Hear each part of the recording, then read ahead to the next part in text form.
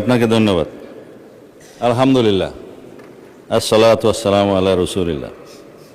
আবারও আলহামদুলিল্লাহ, অন্ততপক্ষে মাননীয় বিরোধী দল জামায়াত ইসলাম ইসলামী ব্যাংকের মালিকানা দাবি করেন নাই।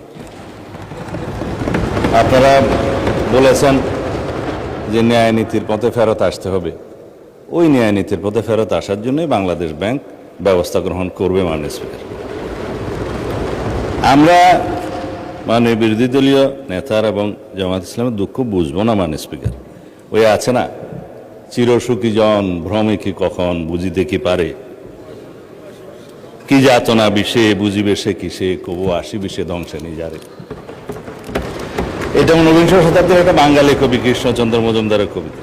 তার আরো কয়েকটা লাইন আছে, যতদিন ভবে না হবে না হবে তোমার অবস্থা আমার সম, ঈষৎ হাসিবে শোনে না শুনিবে, বুঝে না বুঝিবে যাতনা মম। আমাদের এখানে কবি বেশি আছে মানুষ। তো এখন বটম আপ করি। মাননীয় বিরোধী দলীয় উপনেতা বলেছেন যে শেয়ারগুলো ডাকাতি করে কিনে নেওয়া হয়েছে। ইবনে সিনার 2% শেয়ার ছিল মাননীয় স্পিকার। ব্লক মার্কেটে 3 গুণ দামে তারা শেয়ার বিক্রি করেছে। এটা তো রেকর্ড। পাবলিকলি লিস্টেড কোম্পানির শেয়ার ব্লক মার্কেটে 3 গুণ দামে বিক্রি করা হয়েছে। এছাড়া বর্তমান শেয়ার হোল্ডিং স্ট্যাটাস অনুসারে এখানে মাননীয় অর্থমন্ত্রী এখানে আছে 81%, 92% বোধহয় একটা গ্রুপের। তারা যেভাবে বললেন আমি জানি না খতিয়ান, এটা স্ট্যাটিস্টিক্স বলছে। দয়া করে আপনারা না বললে খুশি হবে, আপনাদের বলার সময় আমরা বলি নাই। আর শেয়ার হোল্ডিং এর যারা মালিক তাদের কাছে মাননীয় বিরোধী দলের নেতা নোটিশেই বলেছেন দেশের অর্থনীতি, ব্যাংকিং খাতের স্থিতিশীলতা এবং কোটি কোটি গ্রাহকের স্বার্থ রক্ষার লক্ষ্যে ইসলামী ব্যাংক বাংলাদেশের শেয়ার সমূহ বৈধ ও প্রকৃত মালিকদের নিকট প্রত্যার্পণের জন্য প্রয়োজনীয় ব্যবস্থা গ্রহণ করা হবে হোক। সেই বৈধ এবং প্রকৃত শেয়ার হোল্ডারদের কাছে এই মালিকানা ফেরত দেওয়ার যথাযথ ব্যবস্থা গ্রহণ করা হবে মাননীয় স্পিকার। এখন কারা কত পার্সেন্ট শেয়ারের মালিক সেদিনও বক্তৃতায় বলেছিলেন প্রকাশ করা হোক। মাননীয় অর্থমন্ত্রীকে অনুরোধ করেছি, বাংলাদেশ ব্যাংকের গভর্নরের কাছে অনুরোধ করে জাতির সামনে প্রকাশ করা হোক। শেয়ার হোল্ডাররা তারা কিভাবে খরিদ করেছে দ্যাট ইজ ডিফারেন্ট ডিবেট। সেটা দুদকের তদন্ত হতে পারে, মামলা হতে পারে, but share holder is share holder. Publicly listed কোম্পানির মধ্যে সেটা আলাদা ডিবেট এবং আলাদা তদন্ত হতে পারে। এখন বলা হচ্ছে আপনারা ব্যাংকের মালিক না, জামায়াত ইসলাম ব্যাংকের মালিক না, আবার বলছে ইসলামের উপর হাত দিবেন না। কদিন আগে জামায়াত ইসলামের এক বন্ধু, আমি নাম নিলে আবার এখানে 74-এ দাঁড়াতে পারেন, সেজন্য 2 জন এমপি ছিলেন, আরেকজন পরাজিত এমপি ছিলেন, আরেকজন নেতা ছিলেন, বক্তৃতা দিচ্ছে ইসলামের উপর হাত দিবেন না। মাননীয় স্পিকার, ইসলামী ব্যাংক ইসলাম নয়, আমাদের জনাব মির্জা ফখরুল ইসলামও ইসলাম নয়, জামায়াতে ইসলামও ইসলাম নয়। সুতরাং সবকিছুতে ইসলামের উপরে হাত দিবেন না দোহাই দেওয়া কিন্তু ঠিক নয়। মাননীয় স্পিকার, আমি এবার পয়েন্ট টু পয়েন্ট আসি। এখন একবার যে ব্যাংক আজান দিয়ে তকবীরে লিল্লাহ দিয়ে দখল করা হলো, সেই ব্যাংকের দখলটা বেদখল হয়ে যাবে, এই যাতনা তো আমরা বুঝি মাননীয় স্পিকার। সুতরাং যারা পর্দার আড়ালে থেকে গ্রাহক বলে রাস্তায় আন্দোলন করছে, ভিডিওটা দেখেন, তাদের রাজনৈতিক পরিচয়। আমাদের মধ্যে অনেকে তো গ্রাহক আছে, গ্রাহককে বলে দেওয়া হচ্ছে বলেন বলেন আপনার অ্যাকাউন্ট আছে, বলে যে আচ্ছা ঠিক আছে, কত, কয় 2-3 লাখ টাকা আছে, পিছন থেকে খোঁচা দিয়ে বলছে বলেন 7-8 লাখ টাকা আছে বলেছে। এটা রেকর্ড ভিডিও। তারা গ্রাহক হচ্ছে সেই রকম গ্রাহক। তা এখন পর্দার আড়াল থেকে নেমে পড়েছেন, এটা ভালো। বেপর্দা হওয়া, বেনাকাব হওয়া কোনো কোনো ক্ষেত্রে খারাপ, তবে এই ক্ষেত্রে ভালো হয়েছে যে মানুষ জানতে পেরেছে।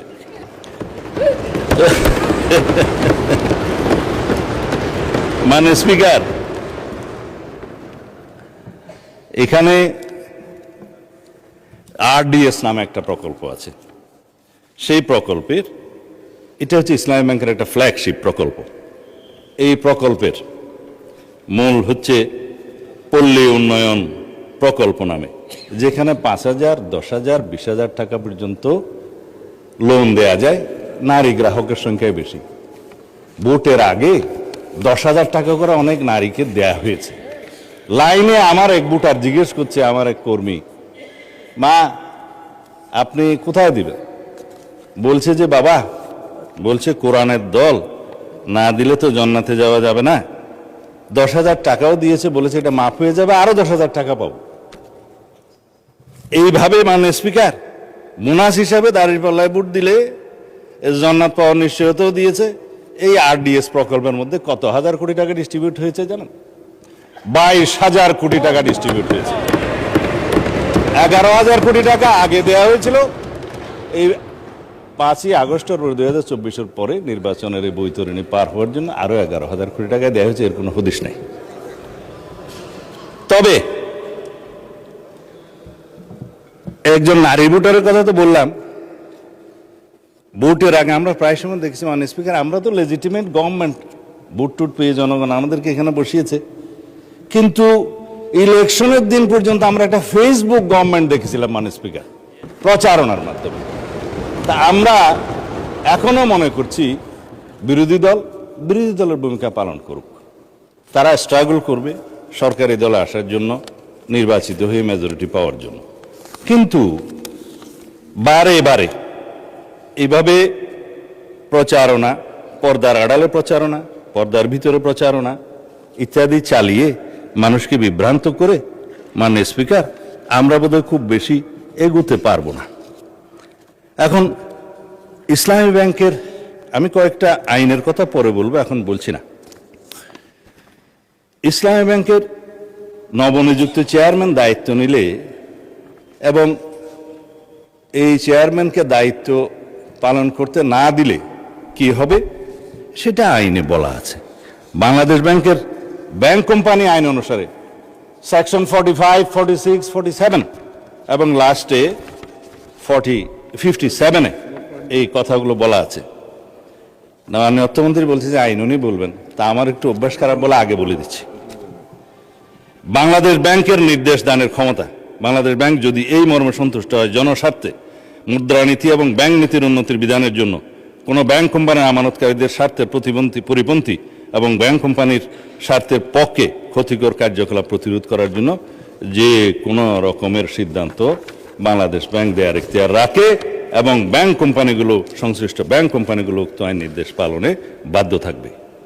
ব্যাংক কোম্পানির পরিচালক সেকশন 46 ইত্যাদির অপসারণ বাংলাদেশ ব্যাংকের ক্ষমতা, চেয়ারম্যান থেকে বোর্ড অফ ডাইরেক্টরস সবার। তারপরে আপনার 49-এ বাংলাদেশ ব্যাংকের অধিকতর ক্ষমতা আছে, 47-এ পরিচালনা পরিষদ বাতিলের ক্ষমতা আছে। বিস্তারিত পড়লে আমার ওই 15 মিনিটে কোলাবে না, সেই জন্য বলবো না।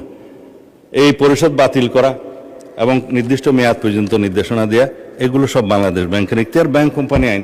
তাইলে আগে আইন পরিবর্তন করুন, বাংলাদেশ ব্যাংক কোম্পানি আইন পরিবর্তন করে তারপর আপনারা এই আলোচনায় আসেন। অন্যথায় রেগুলেটরি অথরিটি হিসাবে বাংলাদেশ ব্যাংক তার নিজস্ব ক্ষমতা বলে দেশের স্বার্থে, ব্যাংকে রক্ষা করার স্বার্থে এই সমস্ত কার্যক্রম তারা চালু করবে। মাননীয় স্পিকার তারা তদন্তের কথা বলছেন, তদন্ত করার জন্যই তো। যদি এখন বলি আপনারা 5ই পরবর্তী এই ব্যাংকের যারা লোন গ্রহণ করেছে, আমি নামই বলি, নাবিল গ্রুপকে 700 কোটি টাকা এলসির এগেনস্টে লোন দেওয়া হয়েছে, পরে এই মালামাল বিক্রি করে ব্যাংকে টাকা ফেরত দেওয়া হয়নি। দুষ্ট লোকেরা বলে সেটা কোনো এক দলের নির্বাচনে তহবিলে গেছে। এবং তারা একটা টিভি চ্যানেল প্রতিষ্ঠা করেছে এবং সেই টিভি চ্যানেলটা কোন পক্ষে খেলছে সেটা আমরা জানি। তার ব্যাংক লায়াবিলিটি হচ্ছে 16,000 কোটি টাকা। তার বিরুদ্ধে তদন্ত কেন হচ্ছে না? সেই জন্য তদন্ত হবে মাননীয় স্পিকার। এখন লান্তাবুর গ্রুপকে হেড অফিসের অ্যাপ্রুভেল ছাড়া নির্বাচনের আগে 40 কোটি টাকা লোন দেওয়া হয়েছে, যার কোনো সদুত্তর নাই। এগুলো তদন্ত হবে মাননীয় স্পিকার। সোশ্যাল কর্পোরেট রেসপন্সিবিলিটি নাম দিয়ে যারা ঢাকা থেকে কক্সবাজার পর্যন্ত বিমানের টিকিট পর্যন্ত ব্যাংকের থেকে করিয়েছে, সেগুলোরও তদন্ত হবে মাননীয় স্পিকার। রেকর্ড আছে, এগুলো পত্রিকায় প্রকাশিত হয়েছে। এই আরডিএস প্রকল্প থেকে, এলসির এগেনস্টে লোন দেয়া থেকে, এই যে গ্রুপের কথা বললাম, নামও তো মনে নাই, লান্টাপুর না কি যেন, লান্তাবুর, এগুলো তদন্ত হবে। এই তকবির দিয়ে ব্যাংক দখল করার পর যাদেরকে চক্রচ্যুত করা হয়েছে তাদের সংখ্যা হচ্ছে ৯,০০০। অন্যায্যভাবে কোনো আইন কানুন না দেখিয়ে তাদেরকে নিয়ম বহির্ভূতভাবে চাকরিচ্যুত করা হয়েছে। তারা প্রায় সময় ডেমনস্ট্রেশন করে রাস্তায়, আপনারা দেখতে পারেন পত্রিকায়। শুধু তাই না, 6,000 নতুন নিয়োগ দেওয়া হয়েছে, তাদের সবাই একটি রাজনৈতিক মতাবলম্বী লোক, এবং তাদেরকে কনফার্ম করা হয়েছে 50%, আর 50% করার তালে আছে, তদন্ত হলে আর পারবে না। 13,000 প্রমোশন দেওয়া হয়েছে, যারা যেই ক্যাটাগরি থেকে প্রমোশন পেয়ে যে ক্যাটাগরিতে যাওয়ার কথা না, 2টা 3টা করে প্রমোশন দেওয়া হয়েছে। এই নিয়মগুলো তো হয়েছে মাননীয় স্পিকার, ইসলামের নামেই তো হয়েছে বলে মনে হয়। তো সুতরাং এগুলো তদন্ত হলে হয়তোবা আমাদের কারো নাম ওখানে চলে আসতে পারে। এই তদন্ত হোক, টাকা কোথায় সরানো হয়েছে সেটা তদন্ত হোক। যেহেতু দাবি করা হয়েছে যে এস আলম গ্রুপের লক্ষ কোটি টাকা পাচার করার যে অভিযোগ তোলা হয়েছে, আমরা দাবি করছি মাননীয় স্পিকার, সমস্ত অর্থ পাচারের তদন্ত করা হোক, বাংলাদেশ ব্যাংকের নেতৃত্বে করা হোক। যারা বাংলাদেশের টাকা, মানুষের টাকা পাচার করেছে বিদেশে, সকলের বিরুদ্ধে তদন্ত করা হোক। শুধু অভিযোগ দিয়ে ক্ষান্ত হইলে হবে না, কিন্তু এগুলোও তদন্ত করা হবে মাননীয় স্পিকার। এই যে ইন্টারিম গভর্নমেন্টের সময় দখলদারিত্বের এবং মব সৃষ্টির একটা পায়তারা যে ছিল, সেগুলোরও তদন্ত করা হবে। তারা কোথায় কোথায় কার নামে লোন দিয়েছে, কর্পোরেট সোশ্যাল রেসপন্সিবিলিটির টাকা কোথায় ব্যবহার করা হয়েছে, নির্বাচনের আগে সেই তহবিল কোথায় গিয়েছে, আরডিএস প্রকল্পের টাকা কত লোককে দেওয়া হয়েছে, কিভাবে দেওয়া হয়েছে, সেগুলো ফেরত আনার ব্যবস্থা করা হবে, তদন্ত করা হবে মাননীয় স্পিকার। এখন সেই জন্যই বলছিলাম, কি যাতনা বিষয়ে বুঝিবে সে কিসে, কবু আসিবে সে ধ্বংসে নিজারে। আমরা ন্যায় নীতি প্রতিষ্ঠা করতে যাচ্ছি, আপনাদের আহ্বান মতো যে এখানে দুনিয়াতে ন্যায়ের নীতি প্রতিষ্ঠা করা হবে, সৎ পথে ন্যায় আশা করা হবে। তো ন্যায় একজনের জন্য চাইবেন, আপনাদের জন্য চাইবেন না, তা তো হতে পারে না।